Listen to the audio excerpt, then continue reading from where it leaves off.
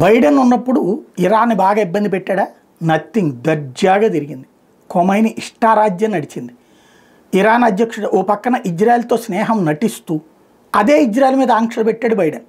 అదే సందర్భంలో ఇజ్రాయెల్లో ఉన్నటువంటి మహిళల్ని కిడ్నాప్ చేసి అంతమందిని హత్య చేసినటువంటి హమాసు, హెజ్బుల్లా, హౌతీలు ఓ పక్కన రెచ్చిపోతుంటే ఆయా దేశాల నుండి ఇజ్రాయెల్ మీదకి వచ్చేటటువంటి ఏదైతే వెపన్స్ని కంట్రోల్ చేస్తానన్నది కానీ అమెరికా యుద్ధం చేయలేదు.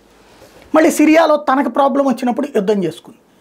వీళ్ళకి ఓ పక్కనేమో ఈ ఇజ్రాయెల్ యుద్ధం చేస్తుంటే దీనికేమో డబ్బులు తీసుకుని ఆయుధాలు అమ్మింది.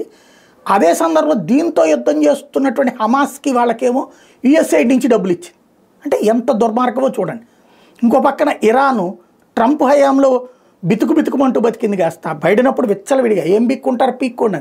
చైనాతో శిఖరాగ్ర సమావేశం, రష్యాతో శిఖరాగ్ర సమావేశం, ఆయిల్ ఆఫ్రికా ఖండానికి అడిటికి అమ్ముకుంది, చైనాకి అమ్ముకుంది, ఎవడేం పీక్కుంటాడు పీక్కోమంది. ఆ స్టేజ్లో దర్జాగా వెలగబెట్టింది. ఇప్పుడు ట్రంప్ వచ్చాడు, ఇరాన్ని కంట్రోల్ చేసే బాధ్యత నాది అని చెప్తున్నాడు. ఆ బాధ్యత ఇజ్రాయెల్కి అప్పచెప్పాడు. ఏం చేయాలో నువ్వు చేసుకో అని చెప్పాడు. ఇప్పుడు ఇజ్రాయెల్ ప్రధానమంత్రి నెతన్యాహు చెప్తున్నాడు, ఇరాన్ అణ్వస్త్రాలు తయారీ అనేది జరిగితే తీవ్ర పరిణామాలు అవుతున్నాయి. ఇప్పటికీ ఎన్నిసార్లు అది అణ్వస్త్రాలు తయారు చేయాలంటే అన్నిసార్లు నాశనం చేసి వదిలిపెట్టింది ఇజ్రాయెల్. ఇప్పుడు అమెరికా, ఇజ్రాయెల్ ఒక్కటైతే సిఐఏ, మొసాద్ సరిగ్గా సమాచారం సేకరించగలిగితే అద్భుతమే. కాకపోతే ఇంత పెద్ద అద్భుతమైన నెట్వర్క్లు ఫెయిల్ అయ్యింది ఎక్కడ?